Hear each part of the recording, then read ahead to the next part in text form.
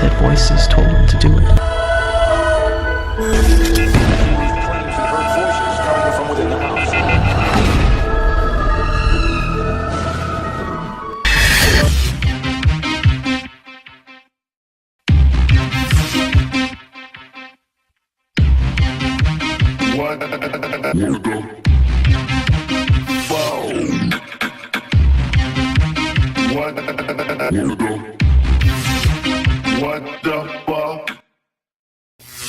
Amityville, a quaint village on the south shore of Long Island, about an hour's drive from the hustle and bustle of New York City. A seemingly ordinary American town whose name is derived from the Latin word for friend. Yet it is also a name that remains inextricably linked to a series of events that began with the brutal murder of an entire family and ended with another family's nightmare. The story became known to the world as the Amityville Horror, but it's a story that the people of this closed-door community would just as soon forget. Well, that publicity and the movies I thought were ridiculous too, and I just didn't believe it. I guess I don't believe the supernatural. It's the drunk kids that come back looking for a thrill night. They have nothing to do, so let's go to Amityville and find the house. Long before gaining notoriety for its House of Horrors, Amityville was a community rich in history. Will Rogers lived here. Annie Oakley was here. Goddard, the great space flight engineer, shot off the first rocket here. Even George Washington spent a day here supping, as he said in his diary, as he completed his tour of Long Island. But for nearly 3 decades, a certain house on Ocean Avenue has attracted more attention than any other landmark and cast an ominous shadow over this otherwise idyllic coastal village. This modern-day horror story has its origins in the history of Amityville and Ocean Avenue itself, a history that dates back to the region's earliest settlers, the Montaukett Indians. According to legend, the Indians once believed the land now known as Ocean Avenue to be a power spot, perhaps even an area infested by demons. Tribal enemies, or those said to be possessed by evil spirits, were left to die on this land and then buried face down, cursed to stare for all eternity into the dark abode their spirit was sent to join. Montaukets believe there is good and there is evil. The spirit is very movable and it can come and go and do a lot of things. Jay Anson's The Amityville Horror documents another legend about the Ocean Avenue property, one dating back to the Salem witch trials of the late 1600s. According to this account, a man named John Ketchum, after being forced out of Massachusetts for practicing witchcraft, set up residence on or near the spot of Amityville's famed House of Horrors. It is said that Ketchum continued his alleged devil worship until his death, and that his body may be buried somewhere on the property. Early deeds do suggest that Ketchum may have existed, but whether he fled from Salem or ever practiced witchcraft on the land cannot be verified. We were never able to physically connect the Ketchums who were burned at the stake in Salem, Massachusetts. But it's very interesting that there's a Ketchum Street or a Ketchum Place right in the immediate vicinity of the residence. In the summer of 1965, the house at 112 Ocean Avenue is sold to the DeFeos, a close-knit Italian Catholic family. It is a prosperous time for the city-bred DeFeos, a prosperity evidenced by their move from a small Brooklyn apartment to the 6-bedroom, 2.5-story Dutch colonial on Long Island's affluent South Shore. The DeFeos have 5 children: John Matthew, Mark, Allison, Dawn, and their eldest son, Ronald Jr., better known as Ronnie or Butch. Ronnie had a close relationship with his mother. His relationship with his father was a love-hate relationship. Mr. DeFeo's way of showing love to his children, especially his eldest son Ronnie, is by spoiling them with money and material things. It would be nothing for his father to give him, $1,000 for him to spend. He never really had to work. He had a lot of jobs that he lost. He wound up working in a car agency for the father, but he didn't have to. I think they thought that money would make the difference. Look how wonderful our life is. But it's not very wonderful. Material excesses and family discord may not have been the only forces at work in the DeFeo home. From the very beginning, Ronald DeFeo Jr. senses that he is not alone in the house. Well, when I first moved in, you start hearing noises of different things at night. Noise, like you thought somebody might have been walking around, pipes banging. Oh, they were always screaming. Somebody's in the house, ghost, all of. Once in a while you'd hear screaming, but there wasn't nobody screaming. According to trial testimony, by 1973, the incidents of violence and abuse within the family begin to escalate. Ronnie's mother was downstairs doing laundry, but the kids were making a tremendous fuss. And she was yelling at the kids were yelling, and the father kept yelling at her to shut up. He wanted to eat his meal in peace. And she comes up the stairs with a basket of laundry. And the father walks over to the stairs and punches her in the face. She falls down the stairs. He closes the door and he says, "Now we'll have some peace. We can eat in peace." And that scene, for me, summed up what life must have been like in that house. Desperate to escape his troubled home life, Ronnie immerses himself in Long Island's South Shore bar scene and the early 1970s drug subculture. He was into heroin. He was big into speed. He would take LSD. So I think he was a very heavy user, and he probably started very early. As Ronnie spirals out of control, one family argument nearly turns lethal. All sorts of violence is going on. Ronnie's sister Dawn and her father are having a violent argument. And so Ronnie's going to settle the argument. Picked up a shotgun. I knew the gun was loaded, And I said, "That's the hell, I want to kill him." Hey!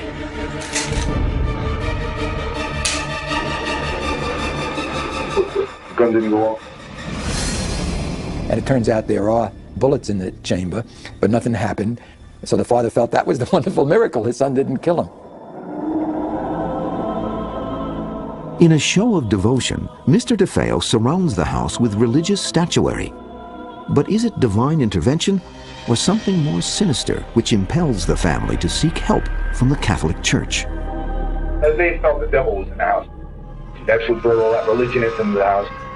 Mr. DeFeo went to St. Joseph's Shrine 6 months before he was murdered to bring back a priest who would say the prayers of exorcism in his home. And from all the information I learned, candles were toppling over. Doors were opening and closing. A letter from St. Joseph's Oratory in Montreal, Canada, states that they have no official record of this incident. When people asked Mr. DeFeo why he had all these special holy statues around his home, he said, "It's because I have a devil on my back." But was Mr. DeFeo referring to the devil incarnate or to his deeply troubled son? Maybe it was fear. Maybe it's that, is it possible that down deep they all loved each other? Or that it's something he didn't want to face, that his son could be capable of murder? Whatever the source of their fear, the DeFeos seem to have an uncanny awareness of the terrible fate soon to befall them. Lynn Anowitz, the housekeeper to the DeFeo family, stated to me on several occasions during the trial that Mrs. DeFeo told her that there was going to be a terrible tragedy occurring to her family. Desperate to escape his tumultuous home life, Ronnie moves out of the house on several occasions. The problem was that Mr. DeFeo used all his resources, all his connections, to go out searching for his son each time and dragged him back to the home. This was just helping the volcano become more violent within Ronnie. By the early days of November 1974, tensions in the household reach a breaking point. Just days before the murders, he and his father had an argument where his father referred to him as a devil. It came close to blows. Ronnie stormed out. And you know, to say, if I don't get out of here, I'm going to kill all of you. And he did. November 13th, 1974. While his family sleeps, 23-year-old Ronald DeFeo Jr. sits in a darkened room watching television. The television program he was watching was an army movie called Castle Keep. And in this picture, The last 15 to 20 minutes is complete destruction of the American and German troops. Ronnie said that during this movie, he heard his family members whispering, and he thought or believed that they were conspiring to kill him. At or about the end of the movie, he said that a person with black hands appeared and gave him the rifle. And he went ahead and he proceeded to shoot each member of his family. No, he shot my father first, then crossed over once my mother was bed. After that, I tell you honestly, I couldn't stop. If I wanted to, I couldn't put the gun down. So I felt somebody was inside moving me. He went into another room and shot his two younger brothers. Then he went in and shot his younger sister. And then he went upstairs and shot his older sister, Dawn. When it is over, 6 members of the DeFeo family, Ronald Sr., his wife Louise, daughters Dawn, 18, and Allison, 13, and sons Mark, 11, and John Matthew, 9, lie slaughtered in their beds. The following evening, Ronnie himself reports the murders. Citing his family's alleged mafia connections, Ronnie is taken into protective custody. Within hours, however, he confesses. News of the tragedy spreads quickly, leaving friends, family, and the entire community devastated. There was enormous shock. I think it's still one of the things for which Long Island remains infamous. At DeFeo's trial 1 year later, defense attorney William Weber tries to prove that his client was legally insane at the time he committed the murders and therefore not responsible for his actions. Ultimately, the jury finds him sane and guilty on all 6 counts of second-degree murder. He said voices told him to do it. All they asked me is, what happened in that house that night? I'm going to tell you exactly what happened. There was a fight earlier that night. My father told my sister, I'm going to get you, I'm going to get you. Now the 2 years. It's not 1 of you anymore, it's both of you. We both agreed he had to go. So we waited for him to go to sleep. But we both walked in the room and we closed the door. Them doors are 2 inches thick and they're solid oak. I looked at my sister. I didn't have the heart to do it. I had to pump some courage up in me. I had a lot of dope in me too. And I swear to God, I had the gun pointed at him. He must have heard us or something. He must have opened his eyes. He was on his stomach. He must have opened his eyes and seen the 2 of us in the mirror. And man, he started to get up. I had the gun pointed and just going through my mind now, boy, if he gets his hands on this gun, he's going to wrap it around my neck. Next thing you know, I hear a shot. But I didn't fire it. He's getting up. He's starting to get up now, my father. I put a second round in him. It was mass confusion. So I swing the gun over and fire another shot.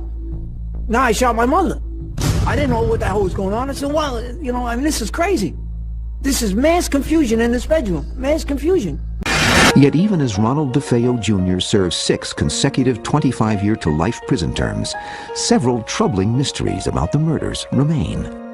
To this day, no one is certain how Ronald DeFeo Jr. killed his parents, 2 brothers and 2 sisters, and nobody heard a thing, how none of them even woke up. Maybe they were drugged. No, that proved not to be true. The next theory was that, well, he had a silencer on it. That theory didn't hold water. There would be some fragments of the silencer that would have been left on the crime scene. How did 6 people get killed and there are no gunshots? One possible explanation is offered by parapsychologist Hans Holzer.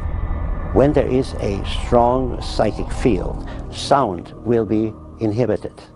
We know this from other cases because the electromagnetic field, which is representative of an entity of this kind, does interfere with the perception of sound, and sound was not heard. Others believe that the position of the 6 bodies bears an eerie similarity to the local Indian legend, which holds that tribal enemies were buried face down. An Indian curse, some say, may have driven Ronald DeFeo Jr. to murder. Young DeFeo had always been very high-strung and certainly given to psychic ability. And it is not inconceivable that the influence in the house were manifested gradually through him. I think the entity tried to get him out of the house because the house was on sacred ground. After Ronald DeFeo's trial and conviction, the people of Amityville believed the horror was over. It had just begun.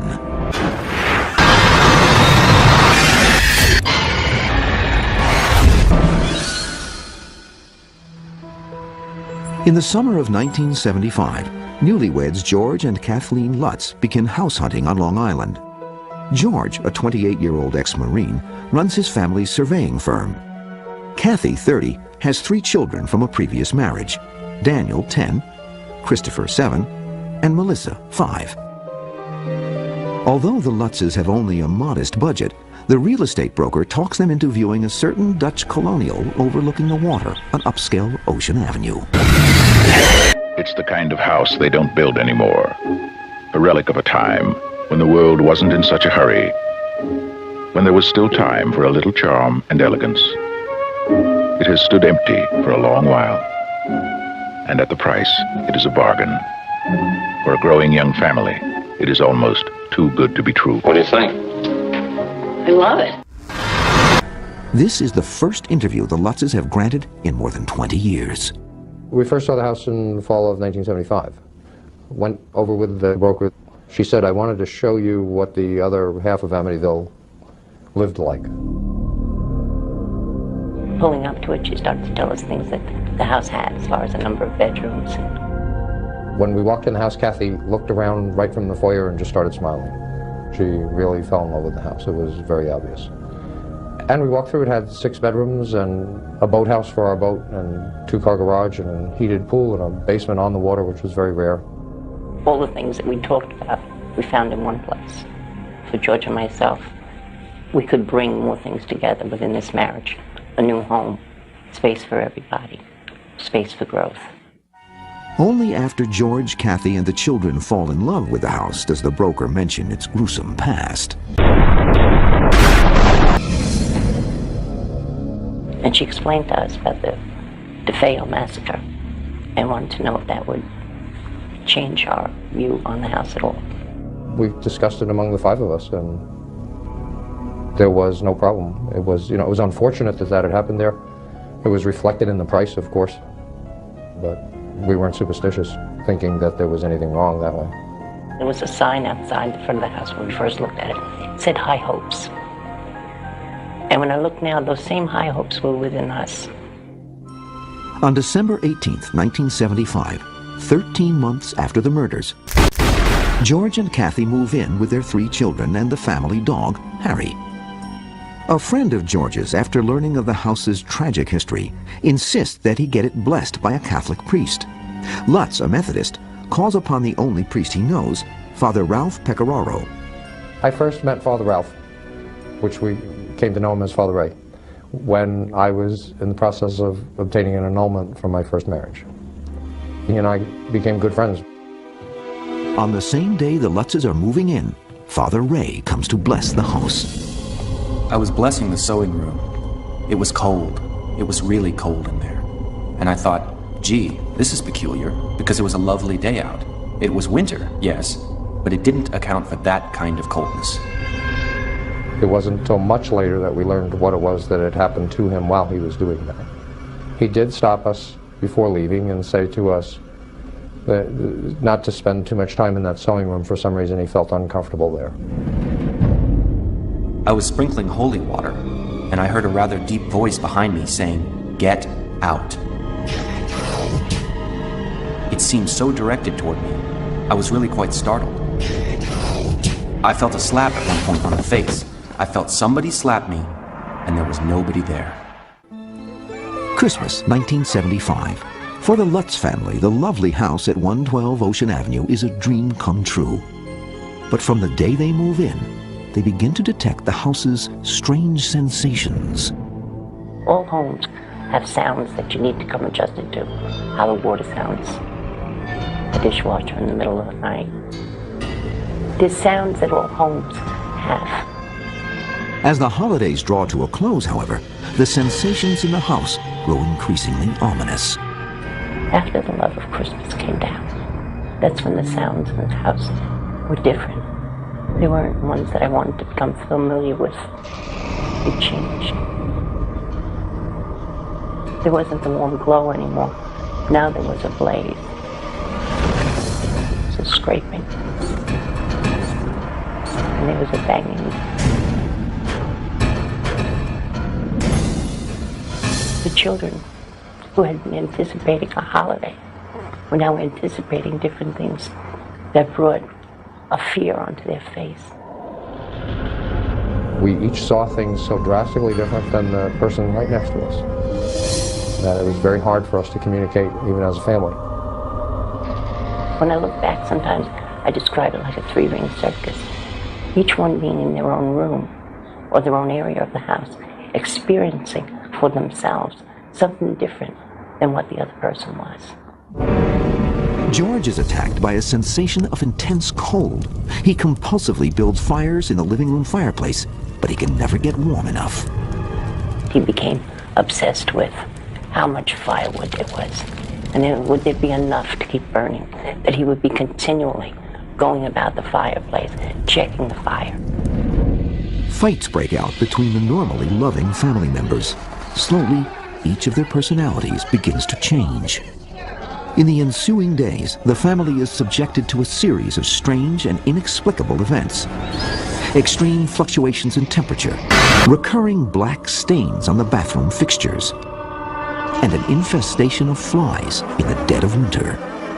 When we first looked at the house, very first time, we noticed no flies anywhere in the house.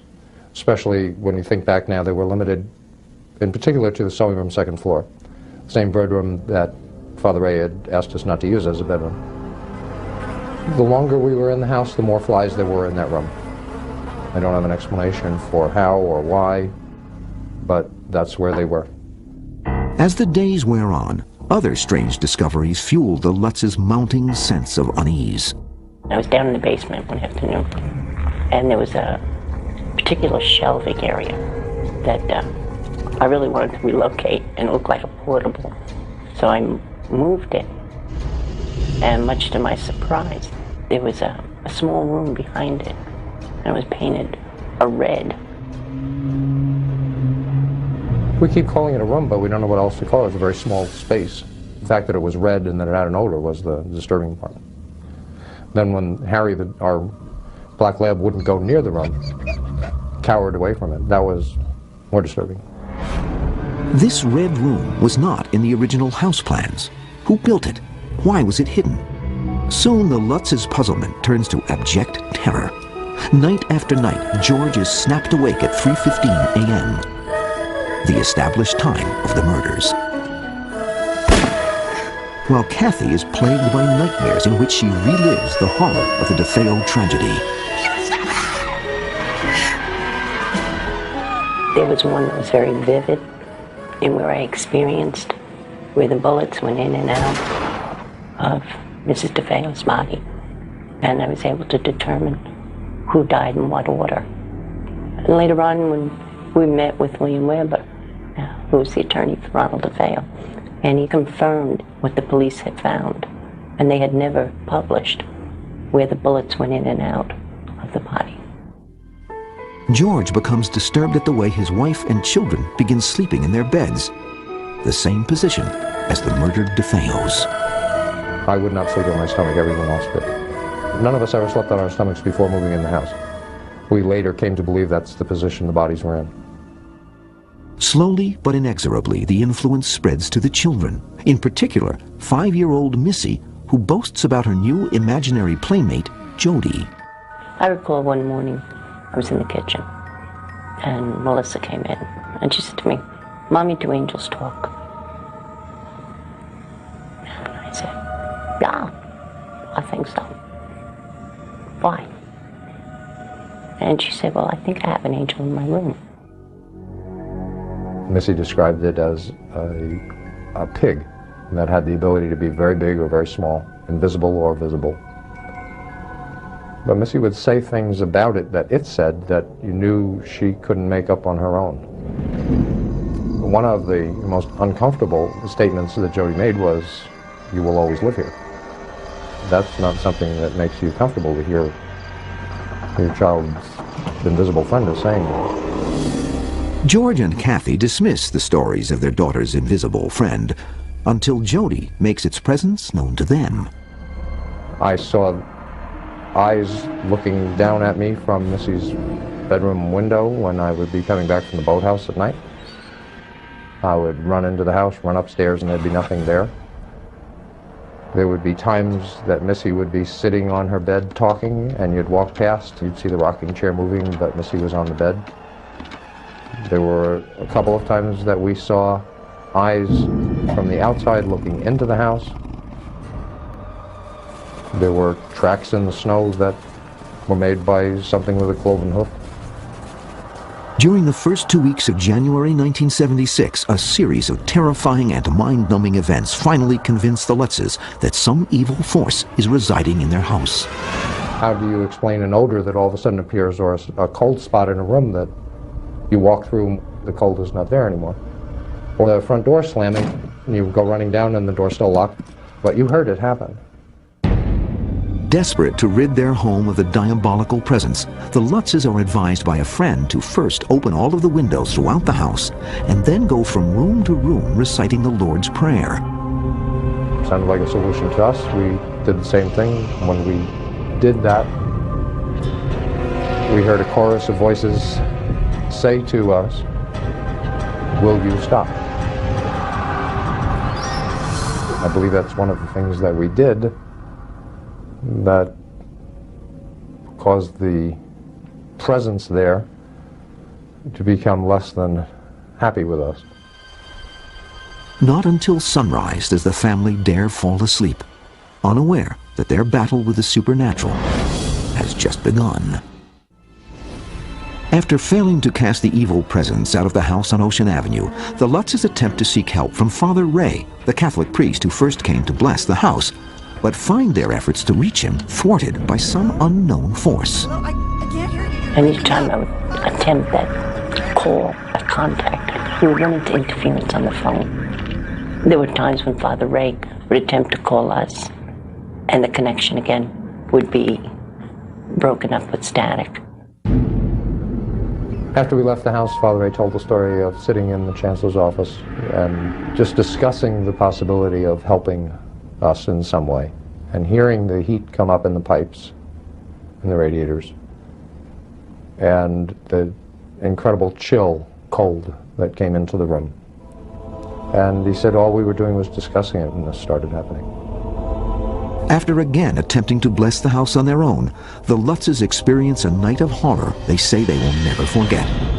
The last night they would ever spend in the house. Never do the Lutzes discuss the specific events of that night. The memory, they say, is still too disturbing. We left the house because the house became uninhabitable. As far as we were concerned, there was no reason to stay there anymore. There were too many things happening too often and confronting us constantly. Those specific events are not something that we try to sit down and explain to anyone else. That's why the book was done, so that that's not something that we have to go through anymore.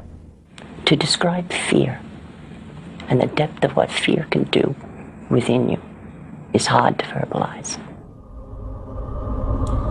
To describe evil, which has no boundary, is hard to present.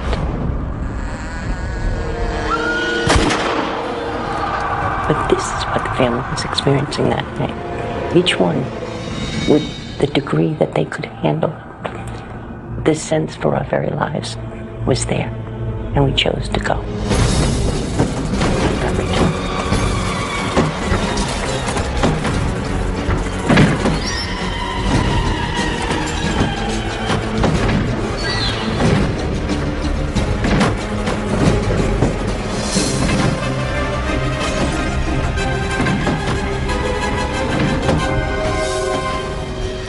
On January 14th, 1976, 28 days after moving in, the Lutzes flee 112 Ocean Avenue, abandoning the house and everything they own. Despite the certainty of a huge financial loss, George and Kathy decide to return the house to the bank and sell all of their personal belongings at auction. We couldn't eradicate that which was there and didn't want to be responsible for passing it on. We bought the house for $80,000. It had a mortgage of $60,000. We had put another 4,000 or so down at the closing. When the auctioneer took care of the contents of the house, I think we netted $1,600, something like that, from the sale. We moved to California and we started over. One of the instructions we received was that there was one item that we could take out, but anything else would not have been healthy for us. The one item that we had was a large cedar box that had been built by George's grandfather, and inside of that were some of the children's baby pictures. That's about the only item we came out with. Although the Lutzes may have escaped Amityville, they cannot escape the onslaught of publicity that follows them to California. When we left the house, we sat down and did a series of tapes for self-help, and we just talked about everything we could possibly remember that took place in the house. And that eventually became the Amityville Horror, the book. The movie, on the other hand, was a work of Hollywood.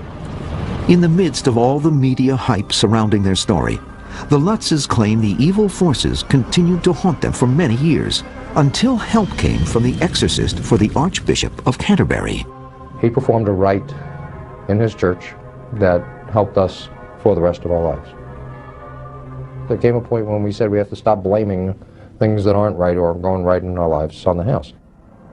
But as time went on, it was like a half-life. It just slowly went away until today it really doesn't exist. George and Kathy, who are now divorced, maintain that their experiences in Amityville have had the most lasting impact on their personal lives. This story of our lives through Amityville is not the story of one person going through.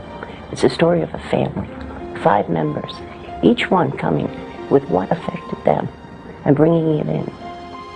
I think what we lost there was the people that we had been prior to moving in.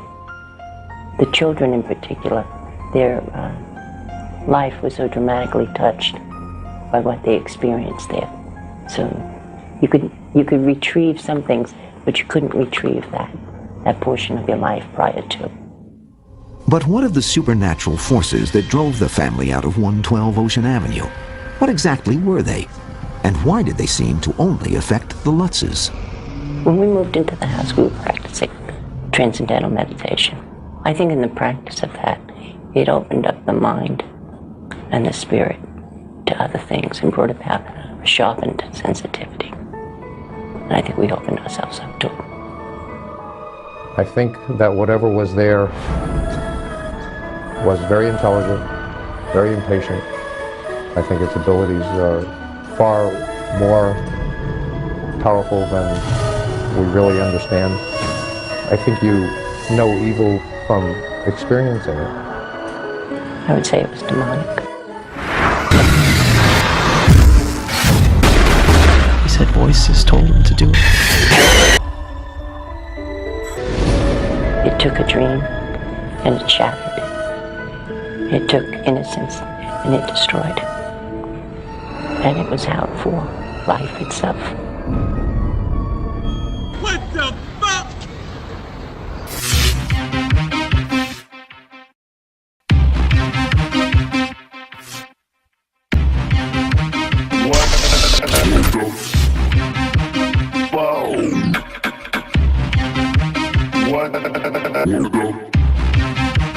What the fuck?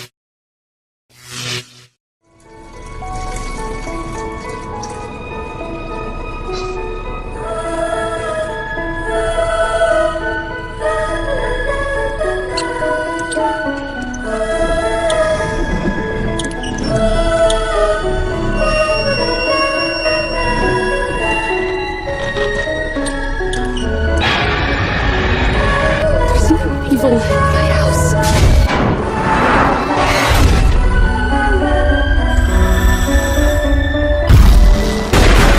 He said voices told him to do it.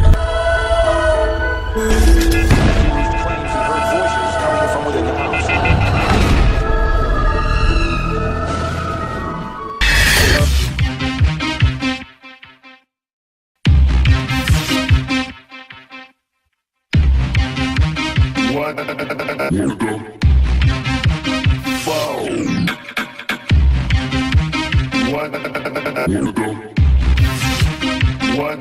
fuck? Amityville, a quaint village on the south shore of Long Island, about an hour's drive from the hustle and bustle of New York City. A seemingly ordinary American town whose name is derived from the Latin word for friend. Yet it is also a name that remains inextricably linked to a series of events that began with the brutal murder of an entire family and ended with another family's nightmare.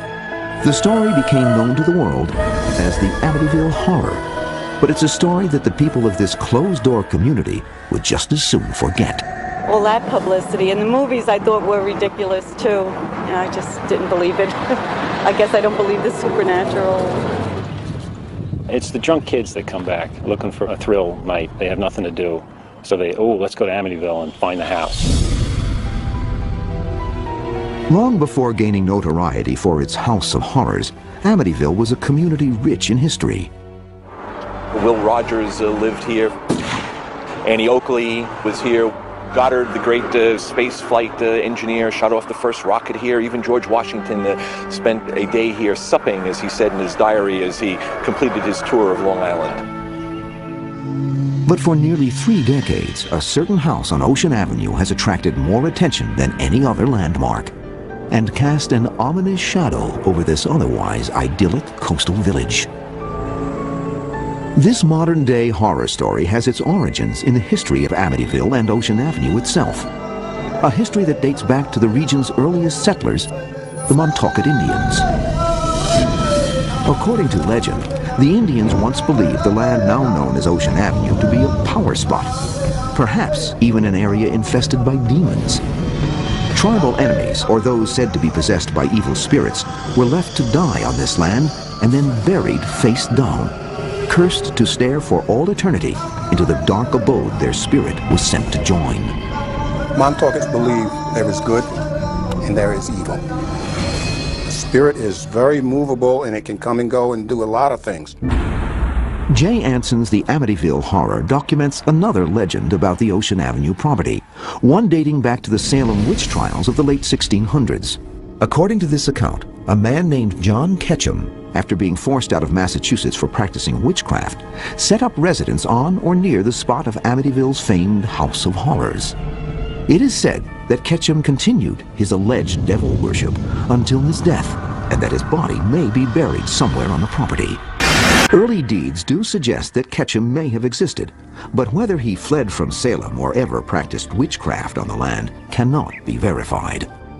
We were never able to physically connect the Ketchums who were burned at the stake in Salem, Massachusetts. But it's very interesting that there's a Ketchum Street or a Ketchum Place right in the immediate vicinity of the residence. In the summer of 1965, the house at 112 Ocean Avenue is sold to the DeFeos, a close-knit Italian Catholic family. It is a prosperous time for the city-bred DeFeos, a prosperity evidenced by their move from a small Brooklyn apartment to the 6-bedroom, 2.5-story Dutch colonial on Long Island's affluent South Shore. The DeFeos have 5 children: John Matthew, Mark, Allison, Dawn, and their eldest son, Ronald Jr., better known as Ronnie or Butch. Ronnie had a close relationship with his mother. His relationship with his father was a love-hate relationship. Mr. DeFeo's way of showing love to his children, especially his eldest son Ronnie, is by spoiling them with money and material things. It would be nothing for his father to give him, $1,000